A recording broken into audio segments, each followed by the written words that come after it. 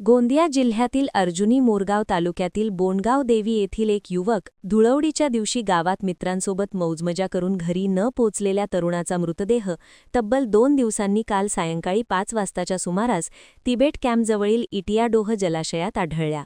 आशिष जितेंद्र मेश्राम वय 23 राहणार बोंडगाव देवी असे मृतदेह आढळलेल्या तरुणाचे नाव आहे।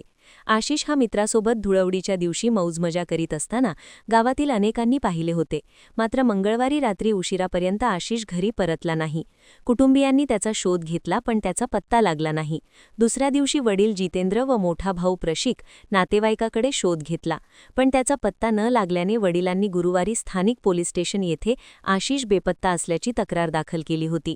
दरम्यान गुरुवारी सायंकाळी 5 वाजेच्या सुमारास इटियाडोह जलाशयात तिबेट कॅम्पजवळ त्याचा मृतदेह आढळला।